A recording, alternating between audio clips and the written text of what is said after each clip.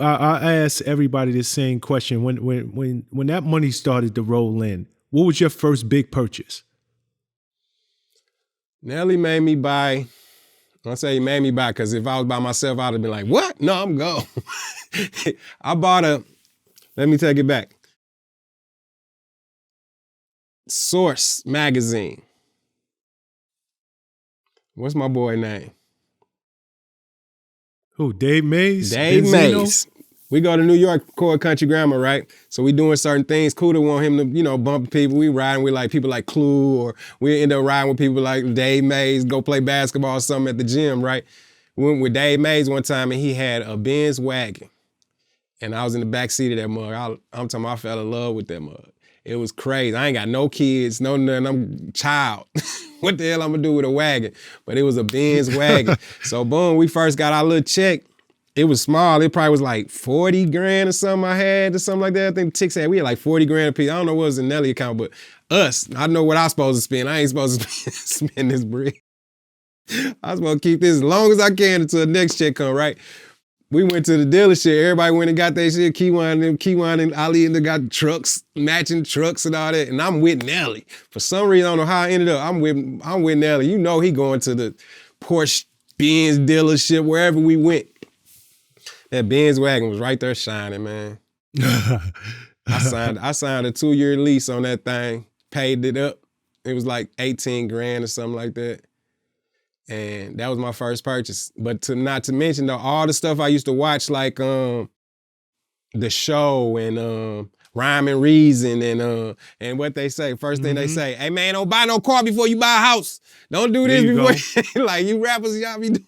So that's all going through my head like a mug. But I definitely pulled that Benz up to the apartments. Matter of fact, the same apartments that where Mike Brown got shot at. That's where I lived. That was my first apartment. The same one with the bullet holes, that was my first apartment. And that's where I pulled that Benz up to. I was tripping.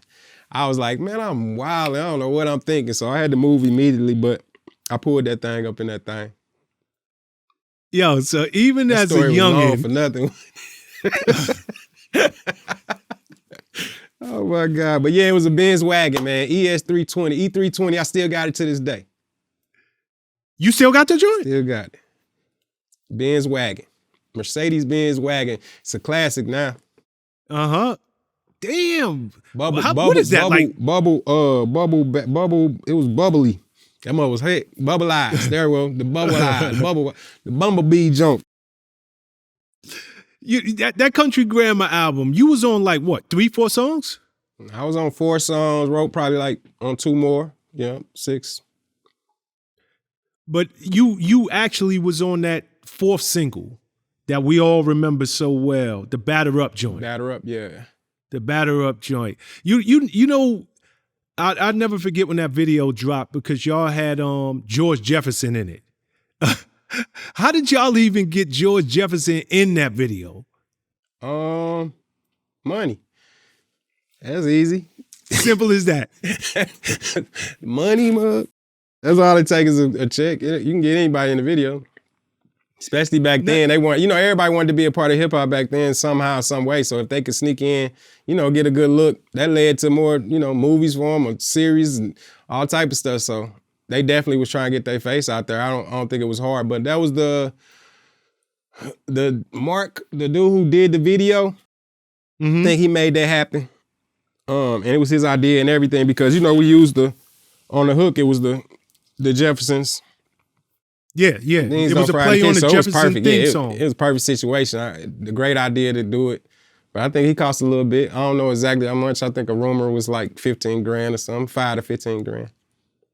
Oh, so y'all got Sherman Hemsley is his real name. Y'all got him cheap. If y'all got him for 5. Yes, sir. If you got him for 5 racks. Okay, so needless to say, that album, it's selling like hotcakes.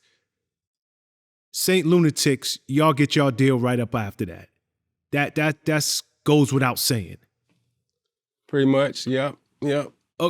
Okay, when y'all got y'all album, what was your advance for that one? My advance? Yeah, for the St. Lunatics album. I almost choked off my damn gum on that one. Advance. What's that? You mean like money? Yeah, like the advance, Nah. like money, like. I think we ain't got the advance when we did first sign. Yes, we did. We got something. I don't know exactly how much it was though. But yeah, that was a major little moment for us. You know, probably should have held. Now that I'm on my business, we probably should have held out for a second and shopped it. Okay. We wasn't tied into that. I think we got threatened with you might not be able to get Nelly cleared if y'all go somewhere else type of thing. You know what I mean? So Universal really thugged y'all out. I don't even think they thugged us out. I think it was like a natural thing. It was more so with lawyers and stuff. I think they was thinking like that. Because the lawyer represented us and Nelly, and it was like more so like when he was shopping the deal, I think it was more so like, you know what I mean? Okay. It was like a suggestion, like, yeah, we can do that. We can go somewhere else, but at the same time, y'all might not be able to clear because he's so big. You know what I'm saying? Like they can just if we go with a label, you know, labels was battling in, bro. If they looking for who got the top spot, and it wasn't about the artist, it was about the label being the #1 record in the city or the country or the world. You feel me?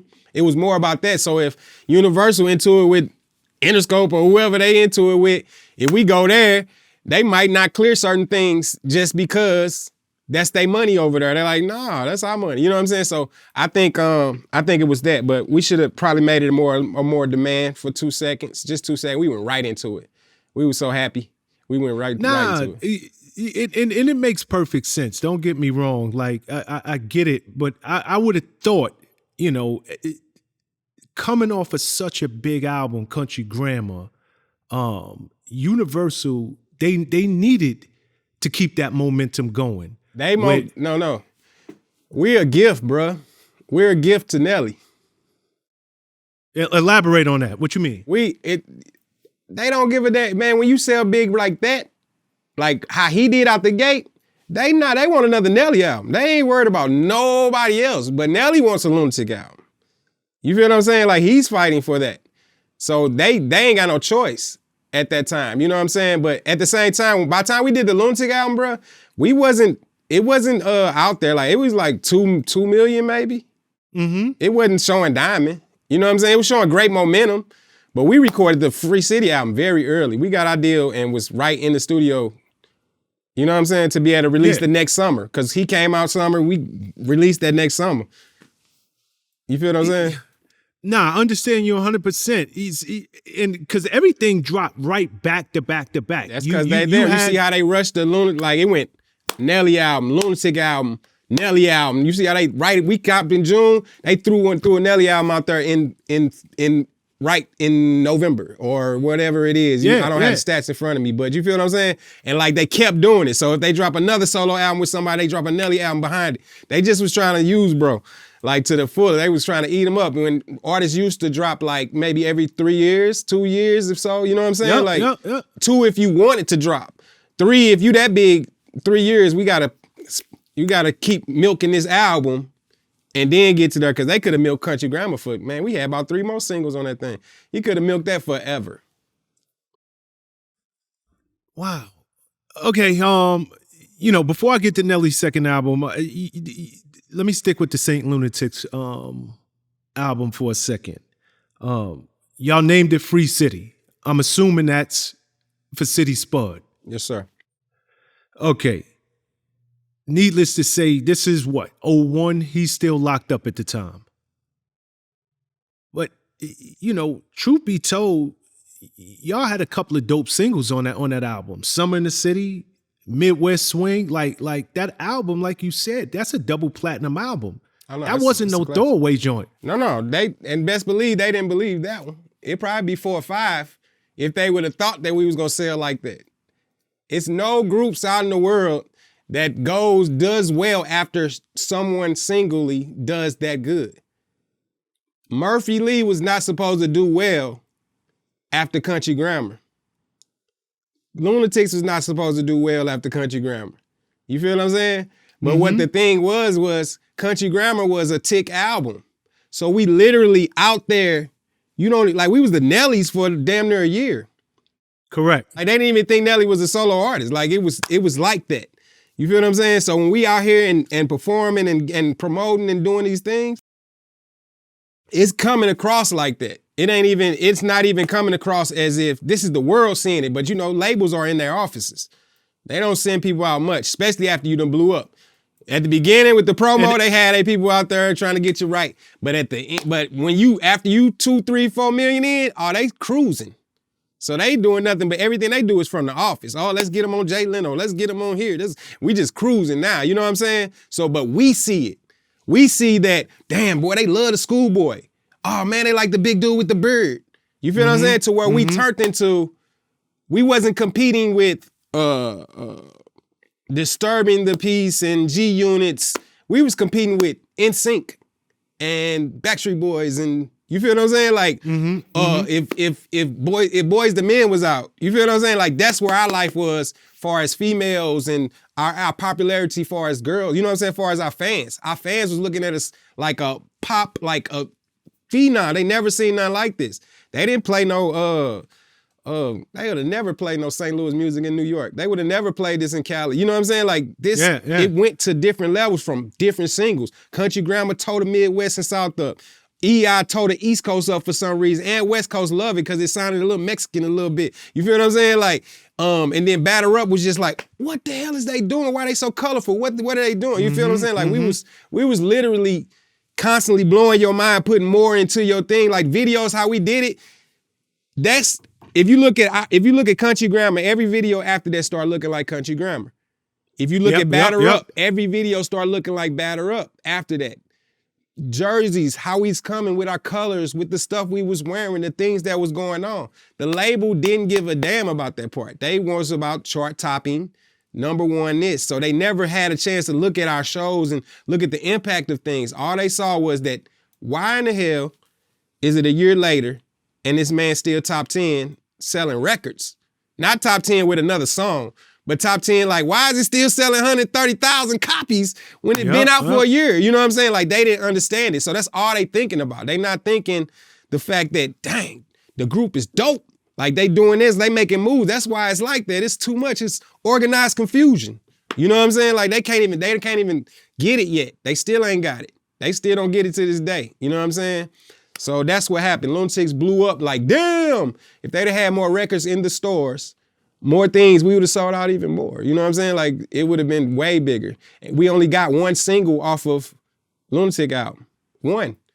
And it's at least 7 of them on there. We got one off because... I thought y'all had two. The Summer in the City and the Midwest Swing joint. Summer in the City was a soundtrack.